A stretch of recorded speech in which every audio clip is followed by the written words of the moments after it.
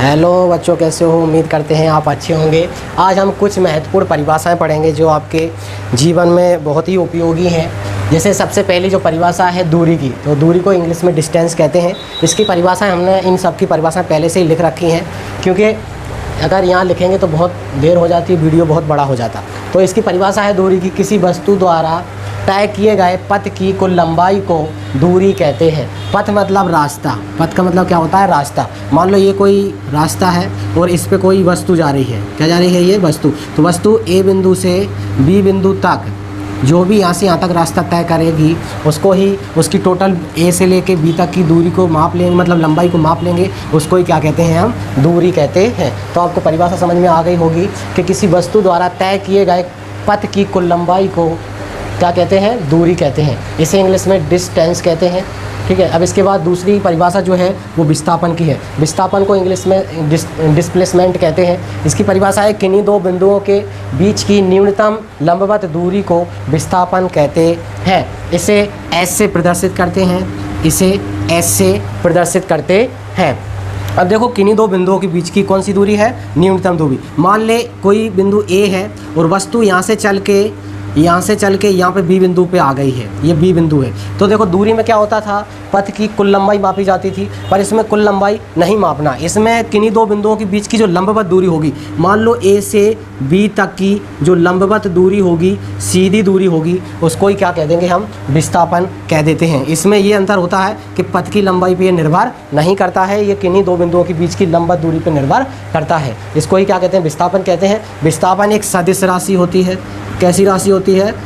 सदिश राशि होती है। कभी कभार एग्जाम में आ जाता है विस्थापन कैसी राशि होती है, तो आपको देखना है कैसी राशि होती है। ये विस्थापन आपकी सदिश राशि होती है। ध्यान ये रखना है, दूरी और विस्थापन का मात्रक एक ही होता है, मीटर। दोनों को किस में मापते हैं? मीटर में मापते हैं। तो इसलिए दूरी का विस्थापन का मात्रक कैसा हो जाएगा? सेम हो जाएगा। अगली परिभाषा है वेग की। तो इंग्लिश में इसको वेलोसिटी कहते हैं। वेग को इंग्लिश में क्या कहते हैं? वेलोसिटी कहते हैं। इसकी परिभाषा देख लो, गतिमान वस्तु के विस्थापन में परिवर्तन की दर को उस वस्तु का वेग कहते हैं। मतलब ये है, जब कोई वस्तु गतिमान होगी और उसमें जो विस्थापन होगा, विस्थापन में जो परिवर्तन होगा, उसको ही हम क्या कह देंगे? उस वस्तु का वेग कह देंगे। इसको v से प्रदर्शित करते हैं। v से प्रदर्शित इसलिए करते हैं क्योंकि उसको इंग्लिश में वेलोसिटी कहते हैं। इसके बाद इसका अगर सूत्र लिखना चाहें तो वेग बराबर विस्थापन बटे में हो जाएगा समय। इसको समय अंतराल भी बोलते हैं। क्यों? क्योंकि जब भी कभी भी परिवर्तन की दर आती है तो हमेशा बटे में आपको समय लगाना पड़ता है। तो किस में परिवर्तन हो रहा है? विस्थापन में परिवर्तन हो रहा है। इंग्लिश में लिखना चाहो तो v बराबर एस अपॉन में टी। तो ये आप लिख सकते हो। ये भी कैसी राशि होती है? ये आपकी सदिश राशि होती है। कैसी राशि होती है? सदिश राशि होती है। इसका मात्रक निकालना चाहें तो विस्थापन का मात्रक देखो यहाँ से निकालते हैं। विस्थापन का मात्रक क्या होता है? विस्थापन का मात्रक होता है मीटर, अभी लिखा था अपन ने, और समय का मात्रक होता है सेकंड।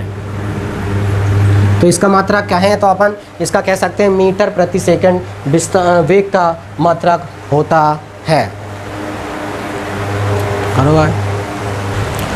अगली परिभाषा है त्वरण की। त्वरण को इंग्लिश में एक्सेलरेशन कहते हैं। इसकी परिभाषा है किसी वस्तु के वेग में परिवर्तन की दर को त्वरण कहते हैं। मतलब ये है, यदि आपने विस्थापन की परिभाषा याद कर ली है तो वेग की त्वरण की आपको आराम से हो जाएगी, क्योंकि आपको कहना है किसी वस्तु के विस्थापन में परिवर्तन की दर को वेग कहते हैं और किसी वस्तु के वेग में परिवर्तन की दर को त्वरण कहते हैं। इसको इंग्लिश में एक्सेलरेशन कहते हैं। इसलिए इसे ए से प्रदर्शित करते हैं।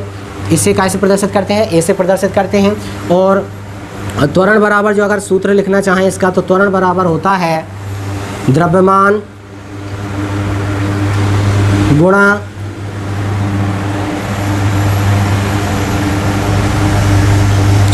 इसको त्वरण बराबर आ जाएगा आपका, त्वरण बराबर, क्योंकि अपन ने वेग में परिवर्तन बताया ना, वेग बटे में समय। क्या जाएगा? वेग बटे में समय। तो इसका क्या बन जाएगा? ये फार्मूला बन जाएगा। त्वरण बराबर होता है वेग बटे में समय। मतलब वेग में परिवर्तन की दर को ही क्या कहते हैं? त्वरण कहते हैं। इसको इंग्लिश में लिखना चाहें तो ए बराबर v को दर्शाते हैं, वेग को दर्शाते हैं v से, समय को दर्शाते हैं t से। तो आपका ये आ जाएगा a बराबर v अपॉन में t। और ये जो त्वरण है वो कैसी राशि है? सदिश राशि है। कैसी राशि होती है? सदिश राशि होती है। अब अगला है बल इसको इंग्लिश में फोर्स कहते हैं। तो बल किसे कहते हैं, इसकी परिभाषा यहाँ लिख दी है हमने। बल वह, मतलब यहाँ से डायरेक्ट आप स्टार्ट करना, वह कारक जो किसी वस्तु की स्थिति को बदल देता है या बदलने का प्रयास करता है, बल कहलाता है। बल मतलब एक ताकत कहते हैं इसको। जैसे मान लो उदाहरण के लिए ये आपका मार्कर है, ठीक है कि नहीं, अगर इस पर हम ताकत लगाएं, देखो ये हिला नहीं अपने स्थान से, नहीं हिला, इसका मतलब ये है हमने इसमें ताकत तो लगाई, ठीक है नहीं, पर ये हिला नहीं, इसका मतलब ये इसने क्या किया है, बल वही कारक होता है जो वस्तु की स्थिति को बदल देता है। जैसे मान लो अभी ताकत लगाई तो हिला नहीं है, ठीक है, इसका मतलब हमने ताकत तो लगाई इसमें, या बदलने का प्रयास करता, तो ये बदलने का इसका प्रयास हो रहा है। दूसरी स्थिति में देखें तो हमने यहाँ से इस स्थान से बल लगाया, देखो ये टेढ़ा हो गया, इसका मतलब ये हुआ है अभी वस्तु ऐसी थी, अब इसमें जैसे ही बल लगाया तो क्या हो गई, ये टेढ़ी हो गई, इसका मतलब ये इसकी स्थिति को बदल दिया है इसने। तो इसकी परिभाषा सिंपल है, बल वह बाहरी कारक होता है जो किसी वस्तु की स्थिति को बदल देता है या बदलने का प्रयास करता है। इसका जो सूत्र होता है वो होता है बल बराबर द्रव्यमान इनटू का त्वरण। इसको इंग्लिश में लिखना चाहें तो बल को F लिखते हैं, द्रव्यमान को M लिखते हैं और त्वरण को A लिखते हैं। तो डायरेक्ट निकल के आ जाता है F बराबर ma। ये आपका बल का सूत्र हो जाता है। बल कैसी राशि होती है, तो बल भी एक सदिश राशि होती है। इसका मात्रक वैसे तो न्यूटन होता है। यदि आप यहाँ से निकालना चाहो, जैसे द्रव्यमान का मात्रक लिखो, यहाँ से द्रव्यमान का मात्रक होता है किलो लिख देंगे, और त्वरण का मात्रक होता है मीटर प्रति सेकंड की घात 2। अगर सेकंड को ऊपर ले जाएंगे तो क्या हो जाएगा, किलो और मीटर पहले से ही है, मीटर। सेकंड को ऊपर ले जाएंगे तो देखो ये घात के अभी प्लस की ऊपर जाके हो जाएगी -2। तो एक इसका मात्रक ये भी होता है किलोमीटर सेकंड -2, ठीक है, ये इसका मात्रक हो चुका है।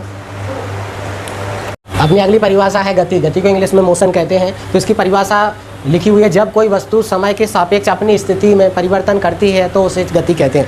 मान लो कोई वस्तु है, जैसे मान लो हम यहाँ खड़े हैं और समय के साथ अपनी स्थिति में परिवर्तन करते हैं। मान लो हम यहाँ खड़े हैं, यहाँ से यहाँ तक जाने में हमको जो भी समय लगेगा और जो हमने यहाँ से यहाँ तक चले हैं उसको ही क्या कह देंगे, गति। अभी हम कैसे हैं, गतिमान है। क्यों, क्योंकि यहाँ से यहाँ तक चलने में हमको कुछ समय लग रहा है, तो कैसे होंगे हम, गतिमान होंगे। तो इसकी परिभाषा बिल्कुल स्पष्ट है, जब कोई वस्तु समय के सापेक्ष अपनी स्थिति में परिवर्तन करती है, मतलब एक स्थान से दूसरे स्थान तक जाने में उसको जो भी समय लगता है उसे ही क्या कहते हैं, उसकी गति कहेंगे।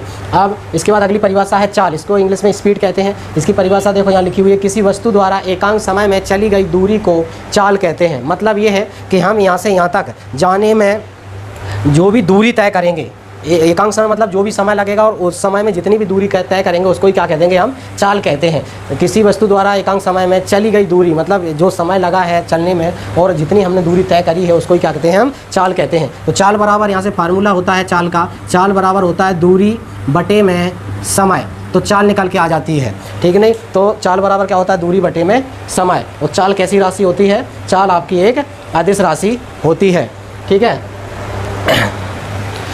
अगला पॉइंट है आपका कार्य को इंग्लिश में वर्क कहते हैं। तो इसकी परिभाषा देखो यहाँ लिखी हुई है, जब किसी वस्तु पर बल लगाया जाता है और वह वस्तु लगाए गए बल की दिशा में विस्थापित हो जाती है तो उसे उस वस्तु का कार्य कहते हैं। कहने का मतलब ये है, यदि हम कार्य करना चाहते हैं तो कार्य दिखना चाहिए। जैसे ये पेन है आपकी, मतलब मार्कर है, इस पर हम यदि बल लगाते हैं तो हमारा बल किधर लग रहा है, उस साइड, तो उस साइड ये वस्तु ऐसी गिर जाती है तो समझो हमने कुछ कार्य किया है। यदि नहीं गिरती तो ये कार्य कैसा होगा, शून्य। तो परिभाषा से स्पष्ट है कि वस्तु पर लगाया गया बल और बल की दिशा में यदि वस्तु विस्थापित हो जाए, उस साइड खिसक जाए, तो इसको ही क्या कहते हैं, हम वर्क कहते हैं, ठीक है। तो यहाँ से इसका फार्मूला लिख सकते हैं, कार्य बराबर होता है बल गुणा विस्थापन।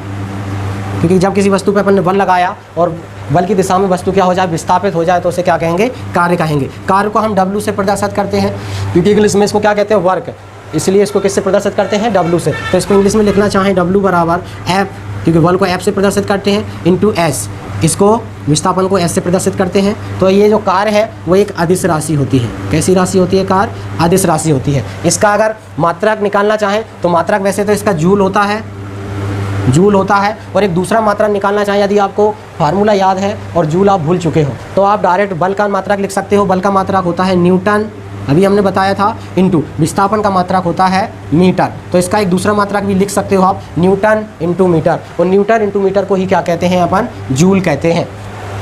अगली परिभाषा देखते हैं शक्ति। शक्ति को इंग्लिश में पावर कहते हैं। तो इसकी परिभाषा है किसी वस्तु की कार्य करने की दर को शक्ति कहते हैं। मतलब शक्ति की जो मात्रा परिभाषा होती है, किसी वस्तु की कार्य करने की जो दर होती है, जो दर होती है, उसको क्या कहते हैं हम, शक्ति कहते हैं। जो इसे P से प्रदर्शित करते हैं, क्योंकि इसका जो पहला लेटर है पावर का P, तो इसलिए इसको किससे प्रदर्शित करते हैं, P से प्रदर्शित करते हैं। शक्ति बराबर होता है कार्य बटे में समय, क्योंकि हमने पहले ही बताया था आपको, जब भी दर लग जाए तो बटे में क्या आ जाता है, समय आ जाता है। वैसे शक्ति का जो मात्रक होता है वो वाट होता है। शक्ति का मात्रा क्या होता है, वाट होता है। और दूसरा अगर अपन लिखना चाहें सूत्र के हिसाब से तो क्या होगा, कार्य का मात्रक अभी अपन ने लिखा है जूल, और बटे में समय का मात्रक सब जानते हैं सेकंड होता है। क्या होता है, सेकंड होता है। तो यहाँ अपन दूसरा लिख सकते हैं जूल अपॉन में सेकंड, या फिर लिख सकते हैं वाट। तो ये इसकी परिभाषा हो गई, और इसका ये मात्रक हो गया, और ये इसका सूत्र हो गया। यदि आपको ये वीडियो अच्छा लगा है तो हमारी वीडियो को लाइक करिए और चैनल को सब्सक्राइब करिए, और अपने सभी दोस्तों के पास इस वीडियो को शेयर कीजिए, क्योंकि इस बार कुछ दिनों बाद हम 12वीं की फ़िज़िक्स और 11वीं की फ़िज़िक्स संपूर्ण रूप से पढ़ाएंगे, और 9th का और 10th का दोनों गणित भी आपको इस पर पढ़ाया जाएगा, और लाइव क्लासेस भी होंगी इसमें कुछ। तो आप हमारे चैनल को सब्सक्राइब करिए और अपने दोस्तों को शेयर करिए। थैंक यू, धन्यवाद।